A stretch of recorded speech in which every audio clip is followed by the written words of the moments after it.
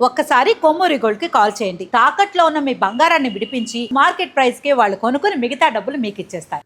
Welcome back to మనం TV. నేను మీ పవన్ బెస్వాడ. చనిపోయిన తర్వాత నా శరీరం పైన జాతీయ జెండా ఉండాలి. ఈ మాట 25 సంవత్సరాల యువకుడు మురళీ నాయక్ చెప్పినటువంటి ఈ మాట తన తండ్రితో చెప్పిన మాట. నిన్న భారత్ పాకిస్తాన్ మధ్య నెలకొన్నటువంటి ఉద్రిక్త పరిస్థితుల్లో మురళీ నాయక్ 25 సంవత్సరాల వయసులో దేశం కోసం ప్రాణాలు అర్పించిన సంగతి అందరికీ తెలిసిందే. అయితే చనిపోయే ముందు 14 మంది పాకిస్తాన్ ఉగ్రవాదుల్ని, పాకిస్తాన్ ఆర్మీ సైన్యానికి చెందినటువంటి కొంతమందిని మట్టుబెట్టి దేశం కోసం ప్రాణాలు అర్పించినటువంటి మురళీ నాయక్ ఆయన మృతి తర్వాత సత్యసాయి జిల్లా పెనుగొండ నియోజకవర్గం గోరంట్ల మండలానికి చెందినటువంటి గడ్డంతాండా పంచాయతీకి చెందినటువంటి కల్లితాండా గ్రామ వాస్తవ్యుడు మురళీ నాయక్. ఆయన మరణంతో గ్రామంలో విషాద ఛాయలమ్ముకున్నాయి. ఏపీ ప్రభుత్వం కూడా ఆయన మరణంపై స్పందించడం జరిగింది. అటు మంత్రి సవిత తనకు సొంతంగా 5 లక్షల రూపాయలు ఎక్స్గ్రేషియాగా ప్రకటించడం జరిగింది. ప్రభుత్వం తరపున మంత్రి లోకేష్ స్పందించారు. ప్రభుత్వం తరపున తమ కుటుంబాన్ని ఆదుకుంటామని చెప్పారు. అయితే ఎంతైనా లోటే ఒక వీర జవాన్ని, అది కూడా తెలుగు జవాన్ని కోల్పోవటం ఖచ్చితంగా దేశానికి ఒక లోటు. కానీ దేశం కోసం మరణించాడు కాబట్టి గర్వపడుతున్నారు వాళ్ళ కుటుంబ సభ్యులు కూడా. మరణించే ముందు తన తండ్రితో చెప్పిన మాటలు వింటే ఇట్లా రోమాలు నిక్కర పొడుచుకుంటున్నాయి ఒక్కొక్కరికి. దీనిపైన మాట్లాడదాం. మురళీ నాయక్ మృతికి సంతాపం తెలియజేస్తూ ఉంది, జోహార్లు తెలియజేస్తూ ఉంది మనం టీవీ. మనతో పాటు సీనియర్ జర్నలిస్ట్ కట్టా కార్తిక్ గారు ఉన్నారు. అన్న నమస్తే. నమస్తే. మురళీ నాయక్ భారత్ మాతాకి జై. మురళీ నాయక్ మరణం ఖచ్చితంగా తీరని లోటు, సంతాపం తెలియజేస్తుంది మనం టీవీ. మురళీ నాయక్ తన తండ్రితో చెప్పిన మాటలేంటి? తన వయసు 25 సంవత్సరాల వయసులో దేశం కోసం వీరత్యాగం చేశాడు. ఏం చెప్తారన్నా? అమరవీరుడా, నీకు వందనం. నువ్వు లేని లోటు తీర్చలేనిది. ఎవరు ఏ సహాయమైనా చేయొచ్చు, ఎంత పెద్ద ఎత్తున నీ కుటుంబాన్ని ఆదుకోవచ్చు కాక, కానీ నువ్వు లేని లోటు పూడ్చలేనిది. మేము ఆంధ్ర భగత్ సింగ్గా మేము చూస్తున్నాం. చరిత్రలో భగత్ సింగ్కి చాలా విలువ ఉంది. 23 ఏళ్ల తునప్రాయంలో దేశం కోసం ఉరితాడిని ముద్దాడినటువంటి అమరవీరుడు భగత్ సింగ్, షహీద్ భగత్ సింగ్. అలానే ఈ కుర్రవాడు కూడా ఒక గిరిజన తండాలో పుట్టాడు. మనకంటే కూడా తక్కువ వయసు, 25 సంవత్సరాలు. గిరిజన తండాలో పుట్టాడు. ఒక సామాన్య కుటుంబంలో, ఒక పేద కుటుంబంలో జన్మించాడు. చదువుకొని ఆర్మీ కావాలని కలలుగన్నాడు. కలలు కన్నట్టే జవాన్ అయ్యాడు. ఈ దేశం కోసం తన ప్రాణాన్ని ప్రణంగా పెట్టి బోర్డర్లో పాకిస్తాన్తో పోరాడి చనిపోయే ముందు కూడా 20 మంది పాకిస్తానీని మట్టుబెట్టి తను చనిపోయాడు. అది వీరమరణం. మనం ఒక తెలుగు సినిమా డైలాగ్ ఉంటుంది, ఒకరు కాదు షేర్ఖాన్ 100 మందిని పంపించు అని చెప్పేసి. ఈ కుర్రవాడు కూడా, ఈ జవాను కూడా, ఈ అమరవీరుడు కూడా ఒకరు కాదు 20 మందిని ఏకంగా హతమార్చి తను దేశం కోసం తన ప్రాణాన్ని ఇవ్వడం జరిగింది. నేను అనుకోవటం అమరవీరుడు చనిపోలేదు, చనిపోడు కూడా. ఖచ్చితంగా బోర్డర్లో పోరాడుతున్నటువంటి సైనికుల పక్షాన, ఈ దేశం కోసం నిలబడ్డటువంటి ప్రతి ఒక్కళ్ళ పక్షాన అతను ఉంటాడు, ఎప్పటికీ ఉండి తీరతాడు. అతని ఆశయాన్ని నెరవేర్చాలంటే, అతని కలలు నెరవేరాలంటే ఖచ్చితంగా భారత్ గెలుపు తీరాలి. భారత్ ఇప్పటికీ పైచేయిలో నిందే పాకిస్తాన్ మీద. జై హో భారత్. పిరికి పంద పాకిస్తాన్ డైరెక్ట్గా యుద్ధం చేయటం చేతగాక మోటార్ సెల్స్ ద్వారా, రకరకాల బ్లాక్ డోర్ పనుల ద్వారా మన జవాన్ని అటుమట్టే ప్రయత్నం, మన పౌరుల్ని, నిరాయుధుల్ని చంపే ప్రయత్నం చేస్తూ ఉంది జమ్మూ కాశ్మీర్ బోర్డర్లో.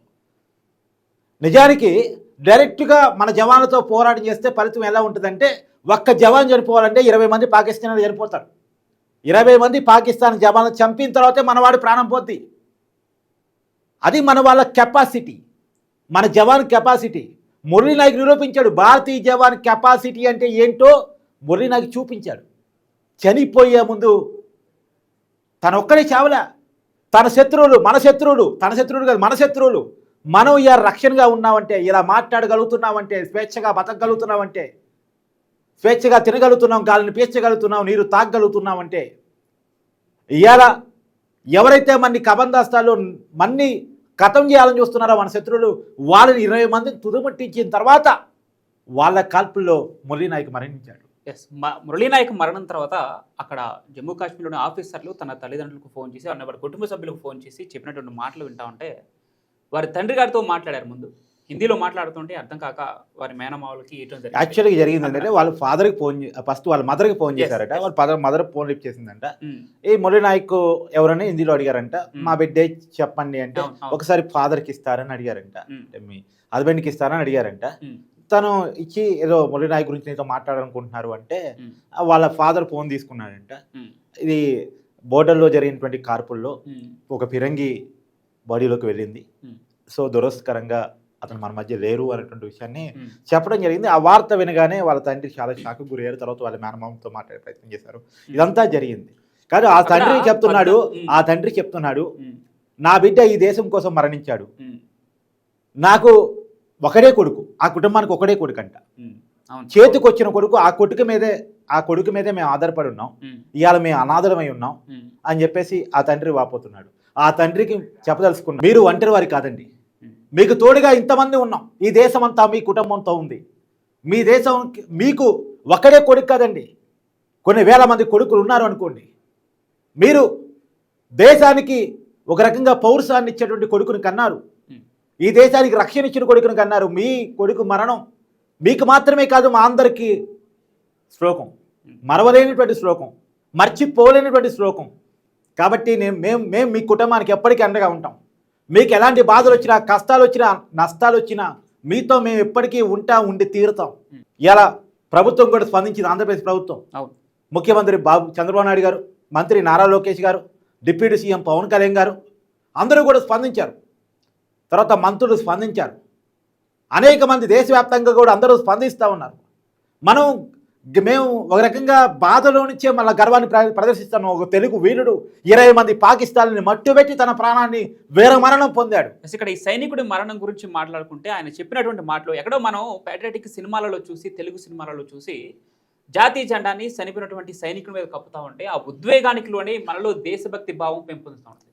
అలాంటప్పుడు ఇట్లాంటి 25 ఏళ్ల యువకుడు మురళీ నాయక్ తన తండ్రితో చెప్పిన మాటలు వింటా ఉంటే, నేను చనిపోయిన తర్వాత నా శరీరం మీద జాతీయ జెండా ఉండాలి అని చెప్పి ఆ మాటలు వింటా ఉంటేనే మనకి 2 రోజుల క్రితమేనట ఈ మాట చెప్పి, 2 రోజుల క్రితమేనట అతను జవాను కావాలని ప్రయత్నం చేసి అయ్యాడు. అంటే ఏదో ఉద్యోగం కోసం జవాను కాలేదు అతని దేశం కోసం, దేశ రక్షణ కోసం నేను బోర్డర్లోకి వెళ్ళాలి, ఈ దేశం తరపున నేను పోరాడాలి, ఈ దేశానికి రక్షణగా ఉండాలి అని చెప్పేసి కలలు కని జవాన్ అయ్యాడు అతను. నిజంగా మనం సెల్యూట్ ఆ జవాన్ కావడానికి సహకరించిన ఆ కుటుంబానికి. కానీ ఎందుకంటే ఒక్కడే కొడుకుంటే సహజంగా ఆర్మీకి పంపరు, ఎందుకంటే అది రిస్క్తో కూడిన జాబ్. అది ఉద్యోగం అంటే లేదు, బాధ్యత. అది ఉద్యోగం కాదు, బాధ్యత. ఎవరు పంపరు. ఒకడే కొడుకుంటే చేతికొచ్చిన కొడుకు ఆగమైపోతే కుటుంబం ఛిద్రం అయిపోతుందని కారణం చేత ఎవరు పంపరు. కానీ ఆ తండ్రి పంపించాడు, ఆ కొడుకు వెళ్ళాడు. నిజంగా కుటుంబానికి శిరస వంచి నమస్కారం చెప్తా ఉన్నాం, వందనం చెప్తా ఉన్నాం. ఈరోజు మురళీ నాయక్ మరణంతో తెలుగు రాష్ట్రాలు బాధపడలేదు, వారి కుటుంబం మాత్రమే బాధపడలేదు, దేశం కూడా శోకిస్తుంది. కానీ దేశం కోసం వీరమరణం పొందిన ఈ జవాన్తో పాటు ఈరోజు రాజౌరి జిల్లాలో తెల్లవారుజామున జరిగిన షెల్లింగ్స్ దాడిలో మరణించినటువంటి అధికారికి కూడా సల్యూట్ కొడుతుంది దేశం మొత్తం. Jammu Kashmir deputy commissioner, deputy commissioner ఆయన వీరమరణం పొందారు. సో మరణాలు పిరికి పంద పాకిస్తాన్ దొంగ చర్యల ద్వారా పిరికి పంద చర్యలకి పాల్పడి మన వాళ్ళని కథం పెట్టించే పని చేస్తూ ఉంది. దమ్ము ధైర్యం లేక, డైరెక్ట్గా పోరాడే సత్తా లేక ఇలా చేస్తూ ఉంది. ఎందుకంటే వాళ్ళు 50 యుద్ధ విమానాలు పంపించినా, 50 డ్రోన్లు పంపించినా విజయవంతంగా గాల్లోనే పేర్చగలిగి వాళ్ళ క్షిపణులు అయితే, వాళ్ళ మిసైల్స్ని అయితే మన దేశ బోర్డర్లో కూడా రాకముందు వాళ్ళ బోర్డర్లోనే కథం చేసినటువంటి S-400 చూసి భయపడుతున్నారు వాళ్ళు. తర్వాత వాళ్ళ కరాచీ వాళ్ళ బోర్డర్లోకి వెళ్ళి, అరేబియా మహాసముద్రం నుంచి వాళ్ళ దాంట్లోకి వెళ్ళి కరాచీ సీపోర్ట్ని ధ్వంసం చేసినటువంటి INS విక్రాంత్ని చూసి భయపడుతున్నారు వాళ్ళు. ఇవాళ మన దగ్గర ఉన్నటువంటి ఆయుధాల్లో 10% కూడా వాళ్ళ దగ్గర లేనటువంటి పరిస్థితి. అమెరికా నుంచి కొనుగోలు చేసామనుకున్నటువంటి F-16ని గాల్లో పేర్చేయగలుగుతున్నాం. వాళ్ళు చైనా నుంచి కొనుక్కున్నటువంటి ఆయుధాలని గాల్లోనే రేపగలుగుతున్నాం. వాళ్ళ రాడర్స్ ఇస్తాం మన యుద్ధ విమానం కనిపెట్టలేకపోయింది, వాళ్ళ ఇంటెలిజెన్స్ పసిగట్టలేకపోయింది.